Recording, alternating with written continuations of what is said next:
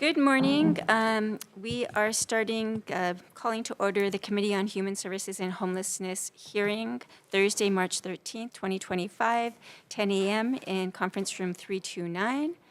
My name is Lisa Martin. My vice chair here is Representative Olds, and we have with us also Representative Amato and Representative Keohukapu Liloy and Representative Takenouchi. We'll move right into our agenda. First item is SB 960 SD1 relating to SNAP. It appropriates funds to DHS to improve the SNAP rates, including establishing additional positions.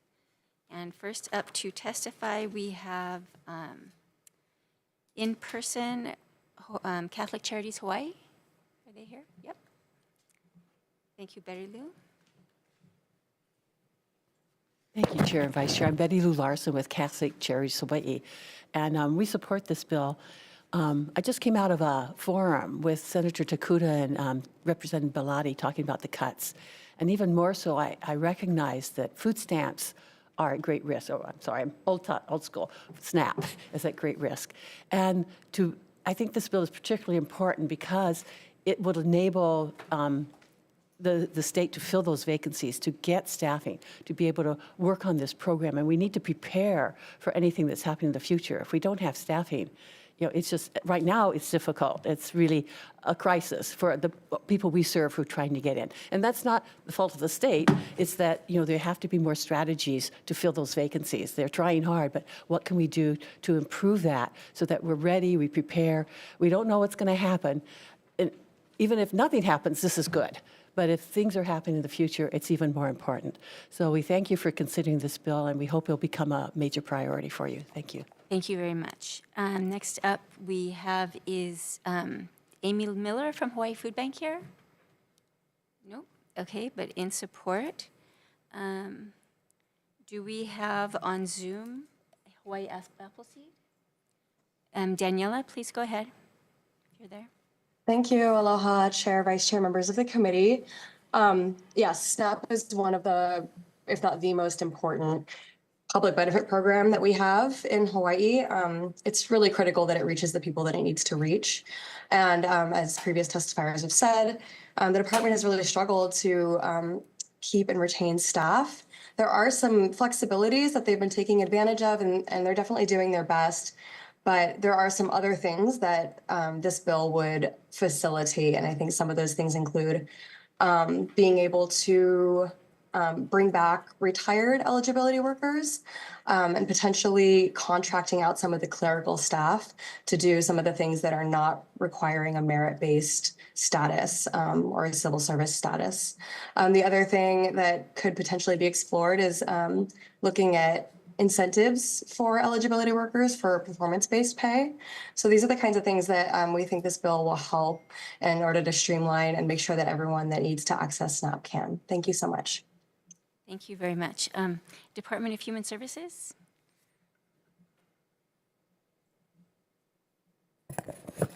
Good morning, Chair and Committee. My name is Jeanette Hayes. I'm the SNAP Administrator on behalf of the department, and we'd like to stand on our testimony and appreciate all the support.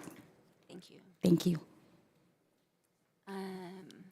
Next up, we are going back to Zoom. The Hawaii Food Industry Association, Lauren Zerbel. Good morning, Chair, Vice Chair, members of the committee. I'm Alexis Chapman for HFIA. I think, some of the previous testifiers have touched on how important SNAP is to the beneficiaries. Right now we have 30% food insecurity around the state. It's up to 40% in certain areas. But in regards to this measure and the next one, I just want to insert how important SNAP is to our food systems. Right, this brings in federal dollars to the entire food systems, and it stabilizes the food systems.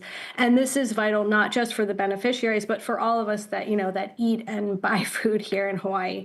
So we strongly encourage you to pass both this measure and the next one. And I'm happy to answer any questions. Thank you very much. Next up, we have on Zoom Nicole Wu from Hawaii Children's Action Network Speaks. Not present, but in support. Aloha Care, Mike. Not present, but in support. Is there anyone else wishing to testify on this measure? Please come up. Aloha Chair, Vice Chair, members of the committee. I'm Nate Hicks with Hawaii Public Health Institute. We're in support of this measure. SNAP is a massive lifeline. 1 in 3 families in Hawaii are facing food insecurity. About 1 in 10 are enrolled in SNAP, receiving on average per person $5,000 every year in benefits to help them buy groceries. Over $600 million is brought in benefits from the federal government to help our people eat. This is a massive program. Unfortunately, about 2 in 5 of those who are eligible are not enrolled because of the difficulty that they're facing in trying to either enroll in person or over the phone. Again, DHS is doing the very best they can with their limited resources. The demand for SNAP has gone up over 50% over the last several years, but our staffing levels have remained the same. And so we need to do everything in our power to make sure the SNAP process is as smooth as possible. This is federal money we're coming in that we can bring in more, right? If we hire just 1 additional worker, that could potentially bring in an additional $2 million into our state, into the hands of families in need. And so we need to be as creative as we can to get if we can get 5 extra people on staff, 10 extra people on staff, that's hundreds of families that are now receiving $5,000, $10,000 or more in benefits. And so, I think if it were any of us who are facing the struggles to qualify for whether it's our paycheck, our Social Security check, our SNAP benefits, we would want the state to be doing everything in their power to get 1 extra worker. And so I think moving this, making it a priority is absolutely crucial and can help and be a huge return on investment upfront and long-term. Mahalo. Thank you very much. Is there anyone else wishing to testify on this measure? Seeing none, we also had testimony in support from the Executive Office on Aging, Hawaii Substance Use Coalition, Indivisible Hawaii, AAUW, Kauhana o Nampua, Hawaii Food Bank, Hawaii Hunger Action Network, North Hawaii Community Action Network, North Shore Nutrition, Get Fit Kauai, Hawaii Food Policy, Hawaii Family Caregiver Coalition, and 48 individuals, all in support. Members, are there any questions of our testifiers? Please go ahead. Yeah. The head of SNAP is here. Oh, yeah, great. DHS, thank you so much. In full support of this, for all the reasons stated, I was just really curious as to what maybe some of the barriers are for you actually getting staff on board. And don't worry, because we've heard it in many other departments and agencies. Sure. I think it's the same issue that we have for any of the state agencies, the vacancy rate and the challenge to be able to fill those positions.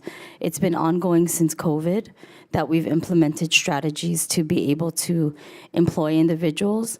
The challenge to retention, just based on cost, take-home pay is just not sufficient to be able to satisfy the needs for individuals that have to fill these positions. And so if there's going to be something that can change, it would be taking some radical steps to be able to do that. And that's a need across the board for all state agencies. That's not just here for DHS. However, because of what this is tied into in terms of serving the public and the need to address food insecurity, it is one of the probably more priority pieces similar to other sister divisions within our department. So the need is there, and I think the need is there for the residents of Hawaii.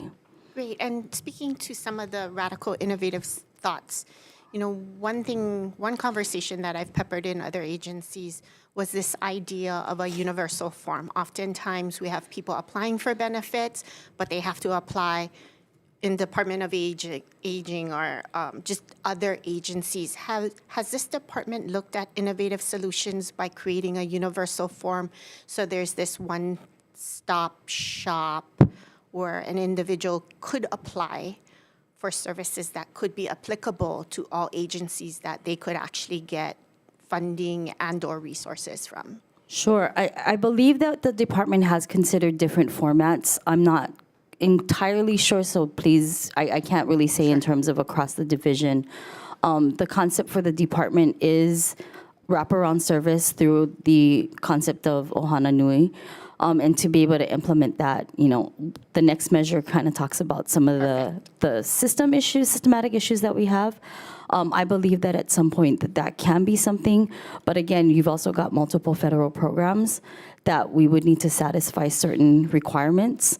And the vacancy rate clearly is not just for our eligibility staff. I think that's across the board, even from a programmatic standpoint. So for us to be able to have that, the resources are probably as stretched as we can make it. But the commitment from the department is definitely there. So, it's great that we have a lot of collaboration and a lot of connection and a lot of support from our leadership. So, definitely trying to see what we can stick to the board to make that happen.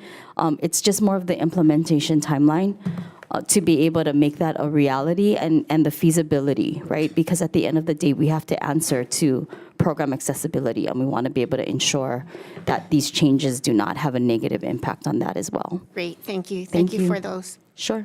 forward-thinking thoughts. Yeah. Thank you. Thank you. Thank you, Chair. So follow-up. I'm curious, how long does it take for you to receive a list of qualified applicants from DHERD on average? With the wiki process that we have, Scott, you want to? I'm going to defer this to Scott Marshige. No, thank you. Scott Marishige, Division Administrator for Benefit Employment and Support Services Division at DHS. So for eligibility workers and office assistants, we actually use a wiki hire process. So we get the applications more quickly than than we would in receiving the list for other positions. So each week we get a list from DHERD, and we do the recruitment in-house in our division. So it has helped us to step up the recruitment for these entry-level positions. But I think, as Jeanette was saying, the biggest hurdle is really the compensation for these positions, because it is entry-level. And so as soon as we get people in, once they pass their probationary training, oftentimes they'll either leave for other jobs within the state or other jobs in the private sector. Understood. Thank you. Thank you, Chair. Does anyone else have any questions? Okay, go ahead. For DHS. Yeah. Sorry, I was hoping you might be able to help me kind of get a bigger picture of what we're talking about in the deficiencies within the department that you would be hoping to get in order to, bring us up to where we need to be. So I know in the testimony it gives those percentages of how many the vacancy rate and everything. What is that in numbers? Like, how many people do you think you would need to kind of get in? Dream world, we could hire them. How many people are we short right now to just get us to capacity to do all the work that needs to be done? So apologize, off the top of my head, I don't want to give you incorrect information for the number of the vacant counts. Let me say this, I think we are making efforts to fill the positions through a variety of other means. So one of the things that we started doing in late December, early January is targeting recently retired eligibility workers and state employees to bring them back as 89-day hires to backfill some of these positions. We're also working with Department of Labor to utilize interns, the Hela Umoa program, get them started that way, and then transition them into the entry-level roles.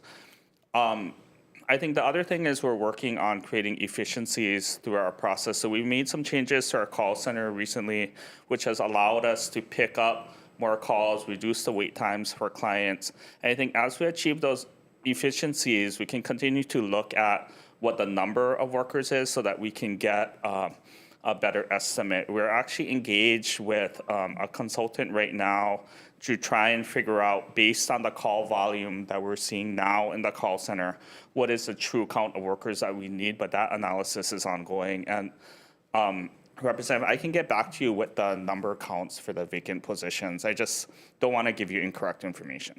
Yeah, I think that would be helpful, especially when we get to next committee, to know, what that number we're immediately trying to fill and what we might be able to fund or not to help you guys out. And so I know you mentioned, sorry, Chair. No, go ahead. Thank you. And so as you're kind of doing this targeted effort and everything with the vacancies, is there are there local locations by county that we're doing, or is it just with one statewide location getting all these calls and doing all this work? Are we seeing the need in certain offices, or are we targeting that? What do the vacancy rates look like in the different offices? So the vacancies are throughout the state. So we have 20 offices, I believe 14 processing centers statewide, and we see the vacancies across pretty much all of our processing centers. So it is a statewide need. What we've done to address this is rather than providing services by each office, a lot of our work is done statewide. So our call center utilizes staff from all the processing centers across the state so that even if somebody is calling from a geographic location that may be more short-staffed, that we're still able to assist them with someone to be able to meet their need. And as I mentioned, some of our recent efforts have helped us to kind of reduce the call wait times for the callers that are calling in for SNAP and other public benefit programs. Okay. And I know this bill didn't have a number ever kind of attached to it for a dollar amount. Do you guys have any idea of, like, I guess, knowing that we have the vacancies to fill, so maybe more for the question about that, since it does authorize use for potential pay increases for positions to address what you guys mentioned about retaining workers. Have you guys run any numbers on what you think it might look like just for the existing staff if they were to get that increase for? So the department actually did submit a request to Budget and Finance, which did not make it into the governor's budget, for performance incentives for eligibility workers. And that was to offer, I believe, a 5% performance incentive. And that estimate was about 1.1 million per year. That was just for all the existing positions that you Eligibility currently staff to offer them a 5% increase based on meeting certain performance targets. Okay, thank you. Yeah, and if we could get the numbers to the committee, maybe through the chair's office about those, the exact numbers for those other positions, that would be really helpful. Yes, we can follow up. Thank you. Thanks. Thank you, Chair. So please email me and I'll distribute it to the committee. I have questions about how this fits in, or this would fit in, with the other SNAP-related budget items that are in play. So we have, the emergency appropriation due to the fines. Would that go to staffing as well? Could that go to performance incentives, or is that already pigeoned for certain other items? So the emergency appropriation and our budget requests related to SNAP are primarily tied to our new eligibility system that's being developed, the Benefit Eligibility Solution, or BES. One of the reasons why that's so critical for us is the eligibility system we're using right now, Javi, our legacy system, is nearly 40 years old. And there's a lot of functionality that system is not able to support. For example, the next bill coming up talks about a number of federal waivers we could pursue. The current eligibility system we have cannot support us to implement those waivers, which is why we really want to make sure that we can finish the build out of BS. And we will need both the emergency appropriation as well as the budget requests we have to be able to complete that build out for the system. So the funding for that cannot necessarily be utilized for staffing incentives. That would have to be a separate request.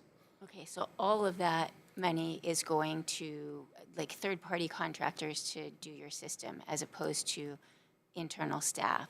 Correct, but I think part of it is the complexity of building that new system and making sure that it has the functionality so that we are able to take advantage of waivers that will result in more efficiency that we cannot take advantage of currently due to our legacy system. Yeah, I'm not questioning the importance of the system. I'm just asking what the money is going towards. Yeah, thank you. Okay, and then my last question is, so this week we did pay differentials, as you know, with CWS, and it was for recruitment, and it made existing employees angry because other people were getting a pay differential, and they were the ones who had been there a long time. So this is going evenly across the board to everybody, Yes, regardless of when they were hired? Correct. I think it's the incentive that we had requested would be tied to performance relating to payment accuracy because of the error rate that we're experiencing, as well as timeliness, because those are both areas where we're looking to make improvement. The other thing is it would help with retention because, as I mentioned, part of the challenge that we face is not just recruitment, but as we onboard employees, they don't necessarily stay with us for long periods of time. So I think the incentives would also assist as an employee retention tool. So since it's a percentage that you're talking about, people that are more senior and have been there longer presumably make more money, so they would have a larger incentive bonus than somebody who's new, is that right? I would need to look at the details again of how we structure, or we were planning to structure the incentives again. It was a request that we had proposed, which did not make it into the executive budget.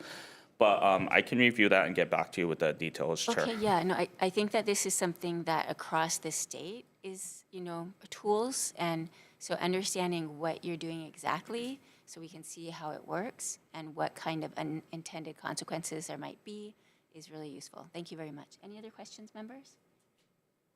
Seeing none, we'll move on to our next measure. Thank you.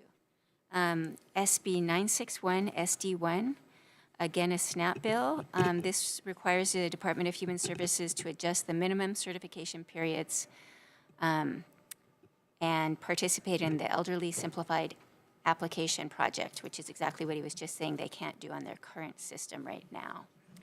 And first up, we have in support, I'm just going by the order they have it here, which is a little unorthodox, but we'll start with the department again. Yeah. Good morning, Chair and Committee. Jeanette Hayes, SNAP Administrator with the Department of Human Services to represent the Director. We stand on our testimony and are available for questions. Thank you very much. Thank you. I'm sure there will be some. Okay, next up we have in-person AARP Hawaii.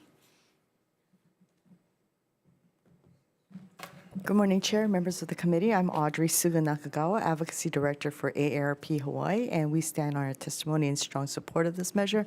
We really appreciate any efforts to simplify the process and application, especially for our kupuna, who sometimes face a lot of red tape and bureaucratic barriers, so really appreciate this effort. Thank you. Thank you very much. Next up we have Betty Lou Larson. Did Betty Lou leave? Oh, no, she's from Catholic Chair and Charities Vice Hawaii. Chair, thank you very much for hearing this bill. I'm Betty Lou Larson with Catholic Charities Hawaii. Again, we see many clients who had difficulty getting through the process. So this extended recertification period would be very helpful. Usually they're all on stable income, so it's not really changing. You can pick up changes at the 3-year period. I think it's even more important, again, to get these simplifications in process. So as we move forward, we have these ways to be more efficient, and therefore we can better serve our people with whatever changes come. Thank you. Thank you very much. We have Hawaii Public Health Institute, Nate Hicks, in support.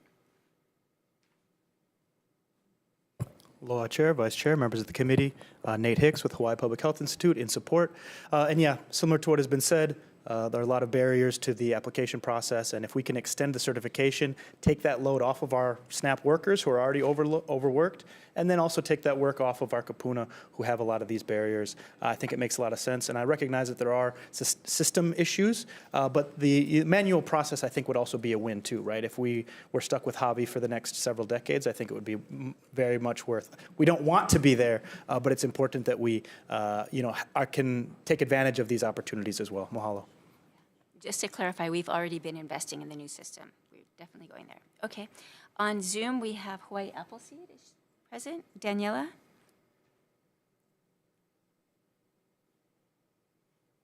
Aloha, Chair, Vice Chair, members of the committee. Daniela Spoda from Hawaii Appleseed here. Appleseed's in support of any bill that would streamline access to SNAP and make it easier for people to participate.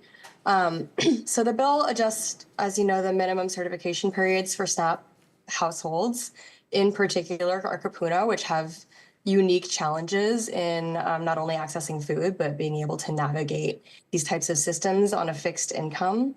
Federal rules for SNAP require a lot of paperwork and documentation, both upon initial application, but also for periodic recertification. And so sometimes SNAP users will actually lose these benefits during the recertification process, despite not having any changes to their eligibility, just because of the work that it takes to reapply. The phenomenon is known as churn, and it adds a lot of administrative burden to the department to make the program work smoothly. I do want to apologize. I want to correct some misinformation in our testimony. It states that the current certification period is only 6 months, but my understanding, and DHS can confirm this, is that certification is actually currently 12 months with a 6-month interim report. So I think that that is actually not the issue. But what this bill would accomplish, and what I think the main benefit is for our 60+ population, our Kapuna, which I mentioned have these unique challenges. So for those folks, it would allow this longer 24-month certification, which ESAP does not, you don't need to apply for ESAP for that. And then it also would require that we apply for ESAP, which actually allows the 36-month certification period and waives the interview requirement along with some simplified application things. So we're in support, and we thank you so much for hearing this bill. Thank you. Thank you. Is Hawaii Food Bank on Zoom? Hawaii Food Bank, Amy Miller? In support on Zoom? Oh, she's not here. Okay. Do we have Lauren Zerbel? Hawaii Food Industry Association in support. Good morning again, Chair, Vice Chair, and members of the committee. I'm Alexis Chapman for HFIA. We stand on our testimony and previous comments in strong support of this measure, and I'd be happy to answer any questions. Thank you very much. Is Hawaiian Children's okay, not present. Aloha Care? Okay. So we had an additional 17 organizations and 41 individuals in support. Clearly, we know the importance of SNAP in this state. Members, are there any questions of our testifiers? Go ahead. Hi, for DHS, please.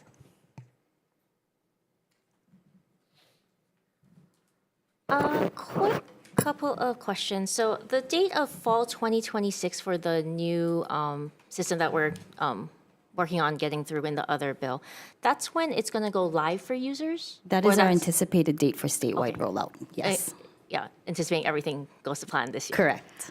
Okay, and in the meantime for that, I know you guys had listed and understand we just talked about the vacancies and everything. So I guess your guys' understanding of being able to manually process this, it wouldn't just be 1 or 2 staff members having to continuously, it would be a number of people to do the manual system? Correct. So like all of our application or recertification households, they're still subject to that review.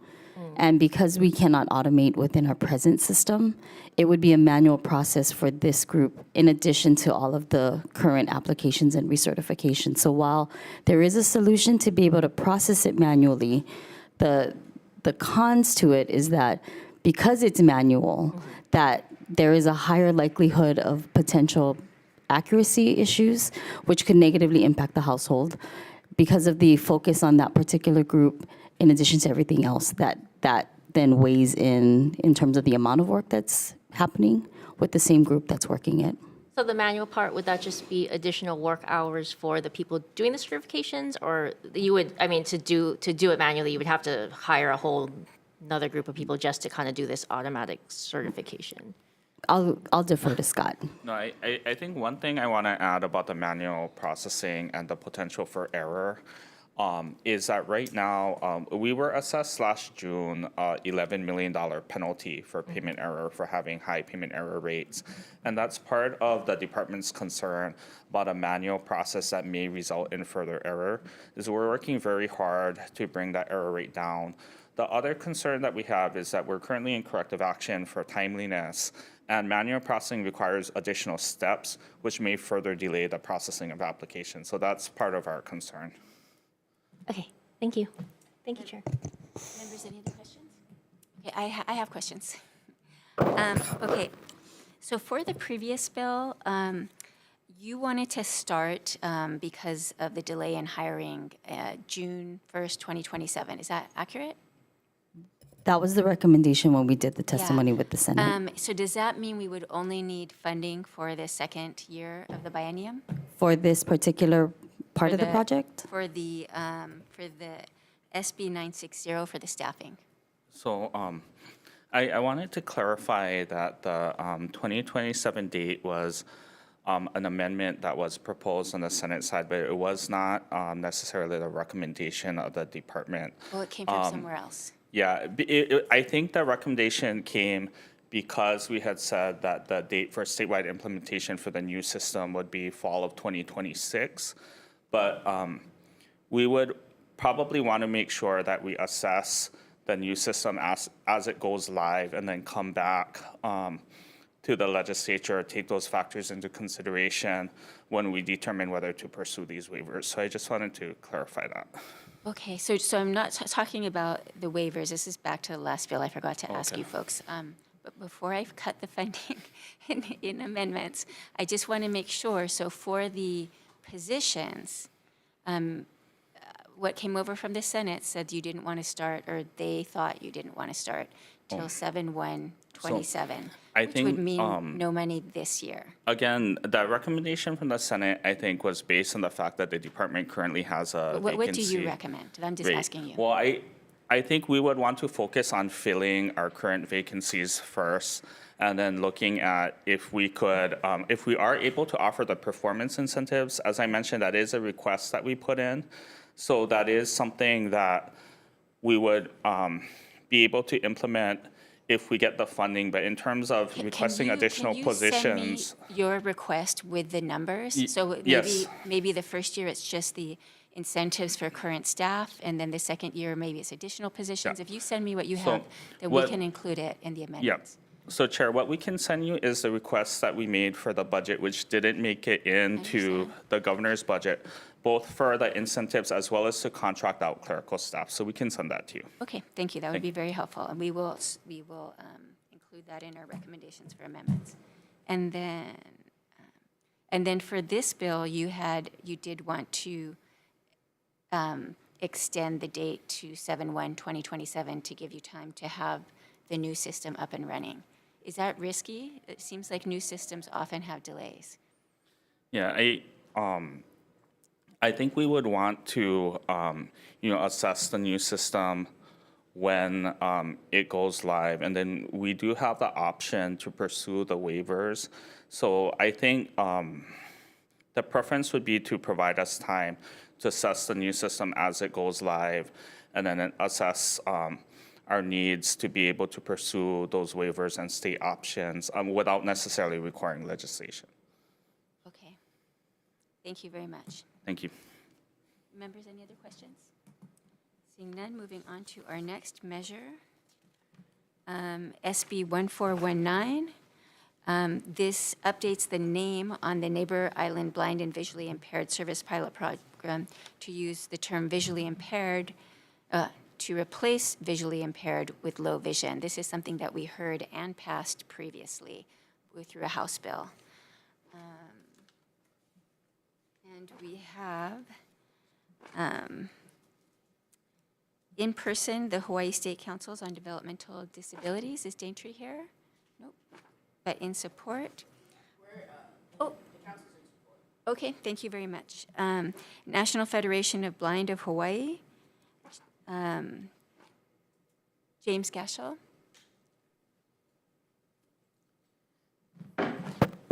Thank you, Chair. Let's see. Tell me, is this 1496? This is 1419. This is Okay, good. This is Yeah. the one to use the term. Neighbor islands and low low vision. vision, yeah. I understand. Thank you very much. We had a little miscommunication and didn't get written testimony in from National Federation of the Blind of Oh, Hawaii. you know but- what? I'm sorry. This is 1419. Yeah. Yeah, Yeah, 1419. so I just want to indicate our strong support for this bill. Very much appreciate the strong support Are and you advocacy. Brandon Young? What's that? Are you Brandon Young? No, I'm James Gashel. James Gashel, I am Director of Legislative for National Federation of the Blind of Hawaii, Legislative Chair. And I just wanted to say how much we appreciate the strong support of the department for putting this bill in. Our blind people on the neighbor islands don't get the kind of services that are available on Oahu very often, and also it's subject to some federal limits on eligibility and who can get the service. This bill will really do a lot for our neighbor islands blind, and we mahalo for hearing it today. Thank you very much. We also had testimony and support from Department of Human Services. And I apologize, I had the right bill, but I switched my testifier list. It's okay. Aloha Chair, Vice Chair, committee members. I'm Leah Diaz. I'm the DVR administrator here on behalf of DHS Director Ryan Yamane. We are in support of this bill, and I'm here for any questions. Thank you very much. Thank you. Disability and Communication Access Board. Thank you very much. And we also had testimony and support in writing from one individual. Is there anyone else wishing to testify on this measure? Chair, I just want to clarify that we stand in support for the Development of Disability Council for 1496. Yeah, I'm the one who called out the wrong name, but thank you. But I'm sure you also support this. Yes. Okay, members, are there any questions? Seeing none, thank you very much for being here, and we'll move on to our next measure, which is 1496, which establishes that it's unlawful discriminatory practice for places of public accommodation to deny a person with disability full and equal enjoyment of information related to their services, facilities, privileges, advantages, or accommodations. So first up, we have, not here, but the Hawaii State Council on Developmental Disabilities. Oh, okay. And then we have National Federation of the Blind of Hawaii in support. Thank you, James Gashel, Legislative Chair, National Federation of the Blind of Hawaii. Good morning, Chair Martin and members of the committee, Vice Chair Olds. We very much appreciate the fact that you're hearing this bill today. I want to just point out that in passing this bill without amendments in the Senate Judiciary Committee noted a couple of things for future committees to think about, so I guess that's you guys. And we addressed those points in attachment 1 in our testimony, so I don't think I'll go through the details on that, but I'd be available for any questions. And then the only other point about this is, of course, that it modifies what a place of public accommodation means to include digital as well as physical. When the laws about public accommodations were really passed in the 1980s, all we knew was physical. Digital has become so very much important now because access to a lot of services occurs online. And so this modernizes the law, and the Civil Rights Commission did a very good job of pointing that out in their testimony, so we appreciate that. I just want to say, too, that in the various cutbacks that we all hear about around DEI at the federal level, the U.S. Department of Justice has essentially put a pause, let's call it that, on enforcement of civil rights laws, meaning the Americans with Disabilities Act at the federal level. It just points up the importance of having strong state laws, not just federal. We can't depend on the federal government in this area or a lot of others. And so we do need this passed. We appreciate your hearing the bill today, and mahalo. Thank you very much. Next up, we have Disability and Communication Access Board in support. Hi, good morning, Chair Martin and committee members. I'm Brian Mick here on behalf of DCAB and our Executive Director, Kirby Shaw.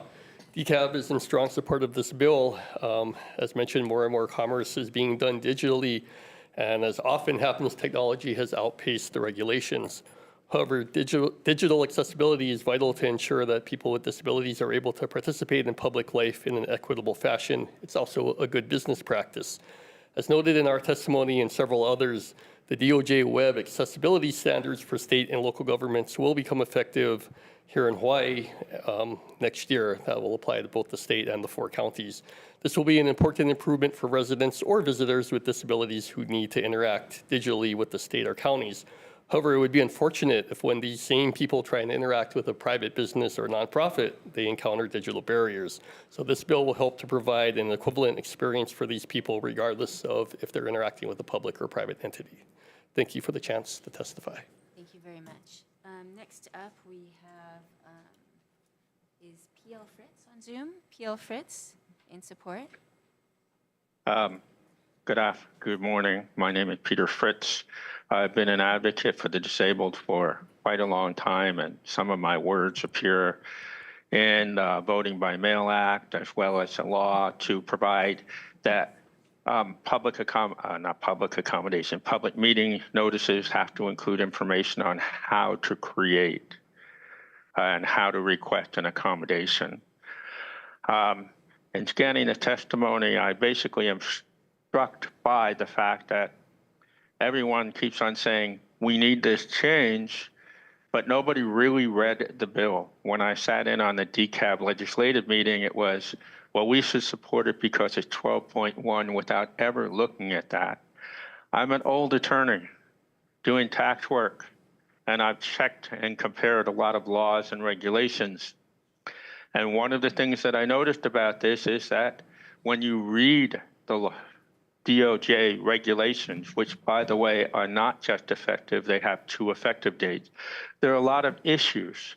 There's been no opportunity for public comment. When the DOJ published these rules, they were only done after a hearing and a comment. So looking at some of the FUCAS, the bill imposes a standard for websites that says that it's 2.1 or any later version. The latest version is 2.2. No agency in the country has adopted 2.2, and if Hawaii passes it with 2.2, because of the language saying any later edition, it will be the only state and the only place where 2.2 is the standard for website accessibility, web accessibility guidelines. Requiring small businesses to comply with standards that aren't in existence anyplace else could be a burden. And a mistake could result in a flood of litigation because they didn't cross every T or dot every I. A larger business that might only have a web preference would decide, I have to comply with 2.0 every place else and sometime 2.1. What do I need Hawaii for? I don't know that that's what was intended. But when changes like this are done, they're done by rules. And that's why I suggested that the HCRC do some rules, because it gives the opportunity for the small business and the large business to tell what their problems and issues are. So a small crack seed store whose tech support is their grandson or grandchild may not have the ability to comply as well as a larger company. And that's something that was recognized in the DOJ regulation, but not carried over. The Department of Justice's regulations have one compliant date for larger businesses. Larger state and local governments, which have bigger tech support. And they have a later one for smaller state and local governments that may not be able to comply as easily because they don't have that tech support. I don't know why Mr. Gaschel decided that there should only be one compliant date, because certainly that's something that could create a tremendous burden. And so that's something that really never been answered. And that's something that could be answered with public discussion and hearings and input about what works for Hawaii and what doesn't. I also would note that when I write a web page, I will use a software program such as SiteSort or Level Access to test my website for compliance. The state of Hawaii uses SiteSort to test its websites, but they don't test for 2.2. Some programs don't test for 2.1, so I could make an error in complying with the website and not even realizing it. The DOJ regulation contains certain exceptions regarding compliance of things that I don't have to work and make comply. None of those were carried over from the Department of Justice's regulations into these bills. So there are no exceptions, so it's actually stricter. And while there was a statement by Mr. Gaschel that undue burden is an exception. It's not an exception. It's a defense. I had to deal with that defense when I sued the state of Hawaii when they refused to provide me with an accommodation. So I think the public should have the right to comment and provide input. And that's the way the federal regulations have always done it. So in advancing this bill forward, you could accept only the definition of public accommodation. Add in a sentence saying that the Hawaii Civil Rights Commission will write rules which would give the public an opportunity to comment and to express their concern over different subjects on it. I've read the comments that were submitted on the Department of Justice Title II regulations. I have compared 2.1 to 2.0, and if somebody would like at least one page of it, I can ask the client if I can show you some of the differences. So I support this bill.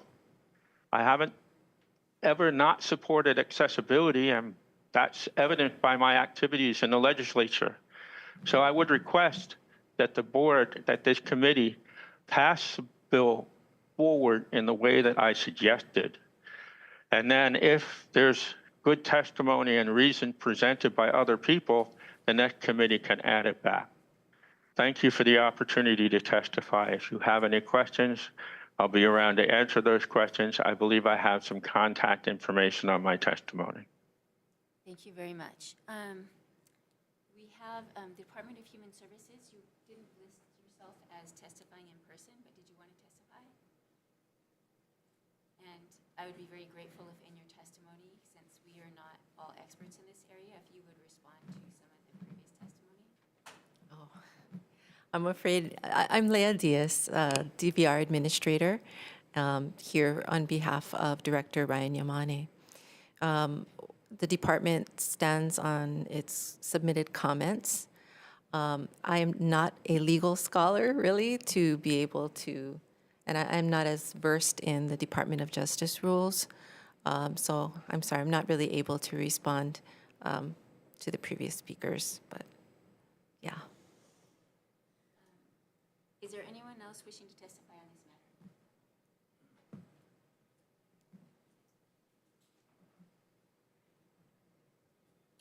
Aloha, Chair, Vice Chair, and members. Jack Lewin here, Administrator of SHPTA. Apparently, I didn't get my testimony in, so I apologize about that. We're very strongly supporting this measure, and I just want to make a couple of comments about it. As we look at healthcare needs of people in rural areas and people who have disabilities and other issues, we're going to be increasingly using telemedicine and a variety of other technologies to provide care, particularly in the shortage of healthcare workers in nearly all disciplines. So this will be important in terms of literacy.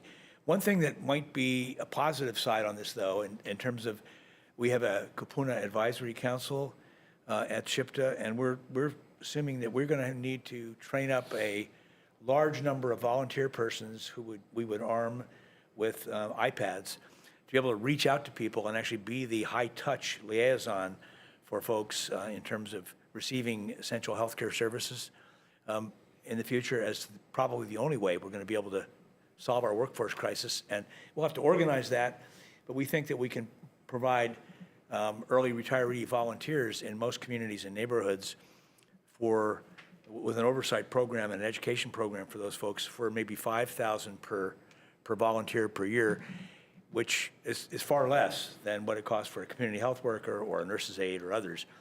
So there may be some positives here, and some of those connections could be mediated by those kinds of individuals for housebound patients and people who won't have the technology. This is obviously going to cost a lot of money. It's important. We need to do it. And it is a basic civil right. But I want to just offer some comments in terms of some ideas we have at SHPTA to try to get us there in the interim. Thank you. Thank you very much. Is anyone else wishing to testify on this matter? Members, are there any questions? Okay, so I have a question for our online testifier. Gail Fritz. Yep. I'm back, Chair. Yeah, so I, to be honest, this bill had a sea of support and no real contested, so I was not concerned about it at all. I am a little concerned about, I run a nonprofit, we have a website. I'm the own web designer. I have no idea how to do this or what the 2.1 or 2.2 is even. So would this bill in its current form ask all small nonprofits to suddenly become expert in accommodations on their website? If I might digress for a moment before I answer your question. Everything that SHPTA does is a state agency and is not covered by this bill. This bill only covers businesses. Right, so that wasn't, I'm asking about private sector. I just wanted to make that clear because the testimony of supporting it saying this is what SHPTA has to do isn't right there. With regard to your question, as your nonprofit would have to comply with whatever standards came forward. And so I know that there are programs that you can build a website with, and I know that they're set up to work for Web Accessibility Guideline 2.0. But my point is, if it's 2.1 or 2.2, it's a change. And that's why I was somewhat concerned about the fact that the compliant time is the same for you as it might be a nonprofit, as the same as it would be for City Mill. And I don't think that that's what should be the case. And there's been no discussion about how to ease into this. And that's what the purpose of rules is for. Now, people can say it will delay it. Truthfully, I don't think so, because there's a framework out there already for state and local governments that can be adjusted and put forth. But I get concerned when somebody says, oh, I see 2.1 was adopted, therefore we should adopt it, without looking into how all of it works.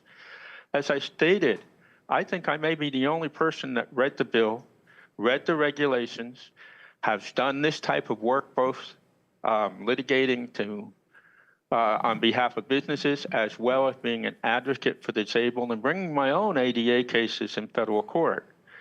But truthfully, I don't know that I would ever go to federal court, state court, because federal court is so much quicker and easier to do this. And I have a bunch of laws, and the same standards in federal court basically apply to everybody today. So I'm sorry, I'm drifting away. Yeah, okay. I don't know if you... So what you are recommending is accept the definition of public accommodation and then ask for the Disability and Communications Access Board to do the rules? Who does the rules? I've worked with the Disability and Communication Which organization Access. are you recommending?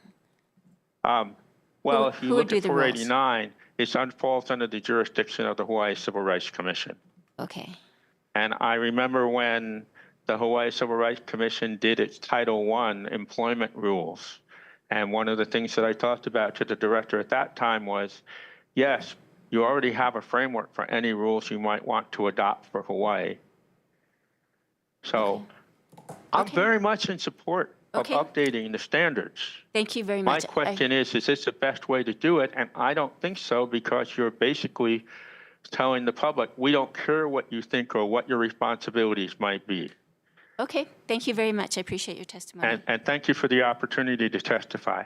If you have any questions, I have contact information. If you'd like some information on the difference between 2.1 and 2.2, I'd be happy to email some points about it. Thank you very much. Members, are there any other questions? Seeing none, we are going to move on to our next measure, SB 1610 SD2, relating to Ohana zones. This basically funds continued funding for the Ohana zones program and authorizes HHFDC to exempt the Ohana zones projects from GET. And first up, we have, is DLNR here? Yep. Good morning. The department will stand on this written testimony. Other comments? Thank you very much. We have Department of Taxation. Aloha, Chair, Vice Chair, and committee members. Garrison Carthon, Department for the Department of Taxation. We'll stand on our written testimony, providing comments, and I'm available if you have any questions. Thank you. Thank you very much. Next up, we have June Yang from the State Office of Homelessness and Housing Solutions. Good morning, Chair, members of the committee here. My name is Jun Yang. I'm the homeless coordinator for the governor's office. We stand on our testimony. Just wanted to highlight that we understand how the bill is set up, and we want to be able to work within what we have here. But then just wanted to highlight that going off-grid is something that we never want to prioritize in any way when we're working on creating some of our kauhale projects. But due to the effects of COVID, we have some backlogs of components that have caused some time problems for a lot of our projects. For that reason, while we were building some of these kauhales across our communities, we've had to go to a generator or off-grid options. And so we wanted to be able to bring that to your attention to see if there's a way that we can work through this together. We thank you very much. Next up, we have person on Zoom. Do we have the Tax Foundation of Hawaii with comments? And we have support from Hawaii Housing Finance and Development Corporation in writing. And comments from the Department of Human Services. Did you wish to speak or not? And support from the County of Hawaii Office on Housing and Community Development. Members, are there any questions on this bill? Seeing none, I have a question for the office, June, from the Statewide Office on Homelessness and Housing Solutions. Good morning. So as you're aware, we have a House bill also moving through that would basically fund the same program, right? A different vehicle for the same goal. In that bill, we do not have the GET tax exemption. I wanted to get your opinion on how useful that is and whether that should be included in whatever the final bill is that moves. So I wouldn't be able to specifically speak to that. I think other departments might be able to. Let me get back to you on how that might be, how might that work a little bit better. Okay. And then a follow-up, I do understand that nobody wants to do a project that doesn't have utilities. But in order to accommodate ones that maybe are in the process of connecting, we could have some language that just says something like the connection should be made to these utilities as soon as the project is able? Or Yes. do you have a language that you would recommend? It would be something to that sort. The reason is right now, because of COVID, for example, trying to connect to HEGO, to our electric grid here, they're great partners. We need them. But some of the components that they've asked for, transformers that need to power the site. I'm not an electrical engineer, and I'm not exactly sure what a transformer does. I just remember the cartoon. But these components, when we have to purchase them, they have to come in from the mainland. And what they've told us is it takes about 18 months for one of these transformers to come in. In my previous position at the Department of Transportation, I've worked with our district engineers and I've asked about some of these things for a different project. And they've told me about the same 18 to 24 months for some of the components that they needed. If that were the case, and we were to receive the budget for these type of projects, we would not be able to spend it in time. And we want to be able to deliver projects to our communities that our unsheltered families need or unsheltered individuals need. So we just wanted to just bring that up as one of our concerns. And do you have any projects in the pipeline or any projects that you think would be necessary in like rural or remote areas that you would not be able to connect? In a timely fashion, And not well, about a timely fashion, about like just the utilities are not there. that would be, at this point, we're not looking at projects that would be completely off-grid, that would never have a connection unless there's a solar option. That would be something, if the community tells us that this is a location that they would like, and that there are real ways to make sure that all the needs for infrastructure or the needs for going to the restroom, getting clean water, the health and safety for the site, electricity, these needs are going to be met in a very good and viable way. Other than those options or those projects, most of our projects want to be connected to infrastructure established. Yeah. Great, thank you very much. Members, any other questions? Seeing none, we're going to move to our last measure, SB 298 SD1, which is an appropriation to increase the Medicaid rates for in-home services. These are services like bathing and errands.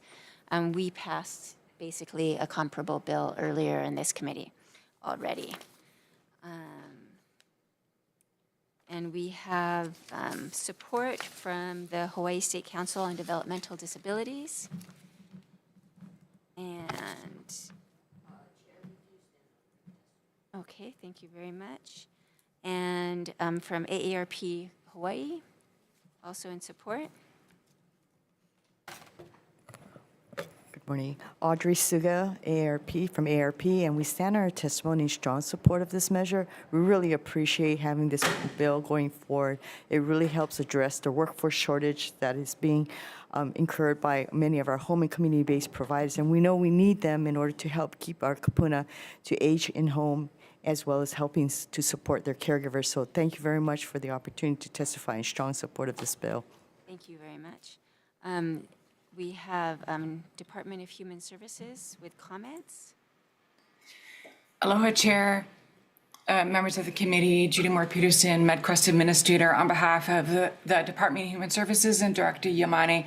We stand on a written testimony appreciating the intent of the measure and offering comments. We do respectfully request that the program and appropriation not conflict with, reduce, or replace priorities identified in the executive budget. And that our preference is that the appropriation actually be through the executive budget and not a bill. And then the final comment is that it is currently included in the executive budget and request in House Bill 300. Thank you. Thank you very much. Next up, we have in support, Disability and Communications Access Board. I will stand in support. And we also have written support from the Executive Office on Aging, Hawaii Self-Advocacy Advisory Council, and one individual. Members, are there any questions for our testifiers? Seeing none, we will move on to decision-making.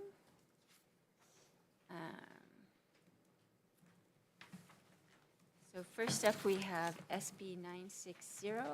This is the one for funding for SNAP positions and also the pay differential. And Chair's recommendation is to just have technical amendments for clarity, consistency, and style, and to blank out any funding amounts and include in the committee report the information that is shared with us from GHS on their recommendations for the 1.1 million and how that is broken up. Vice Chair for the vote, please. Oh, members, are there any questions or comments? Vice Chair for the vote.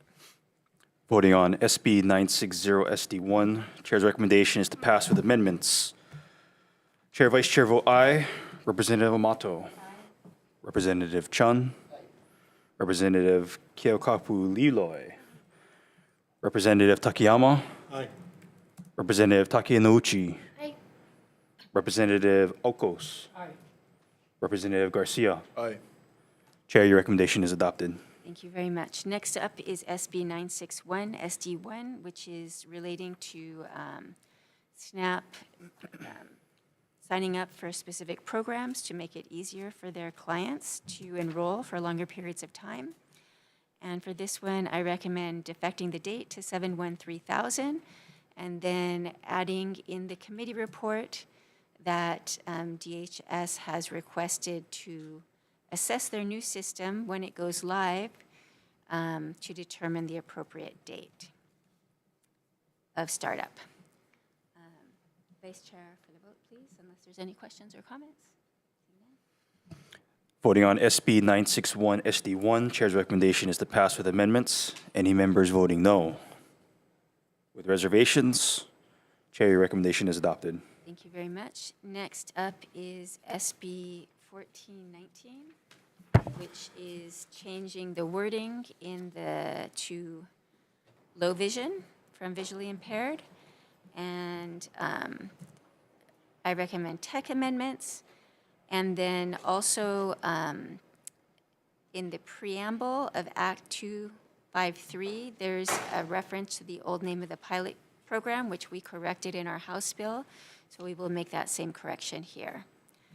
And that's all. Any questions or comments? Seeing none, Vice Chair for the vote. Voting on SB 1419 SD1, Chair's recommendation is to pass with the amendments. Any members voting no? With reservations, Chair, your recommendation is adopted. Thank you very much. Next up is SB 1496 SD1. I do have concerns about this. We're going to pass it along to the next committee, and I will work with that chair on potential amendments. And so we will read-effect the effective date. Any questions or comments? Vice Chair for the vote, please. Voting on SB 1496 SD1, Chair's recommendation is to pass with amendments. Any members voting no? With reservations, Chair, your recommendation is adopted. Thank you very much. Next one is the SB 1610 SD2 relating to Ohana zones. For this one, we'll have technical amendments and read-effect the defective effective date to 3000. And then make some amendments on page 3, lines 10 to 13. And just say here that provided that sites with the ability to hook up to utilities will be preferred when considering sites, and connections to those utilities should be made as soon as the project is able, unless there is a more cost-effective renewable energy option. And then also delete the repeal date that is included. There's a sunset date of 6/30/29. Delete that. Members, any questions or comments? Seeing none, Vice Chair for the vote. Voting on SB 1610 SD2, Chair's recommendation is to pass with amendments. Any members voting no? With reservations, Chair, your recommendation is adopted. Thank you very much. Next up is SB 298 SD1. This is to increase the rates for the Medicaid in-home services. For this one, we will re-defect the defective effective date to 3000 and switch out, include some of the purpose language from HB 702 in Section 1. Members, any comments or questions? Seeing none, Vice Chair for the vote, please. Voting on SB 298 SD1, Chair's recommendation is to pass with amendments. Any members voting no? With reservations, Chair, your recommendation is adopted. Thank you very much. We are adjourned.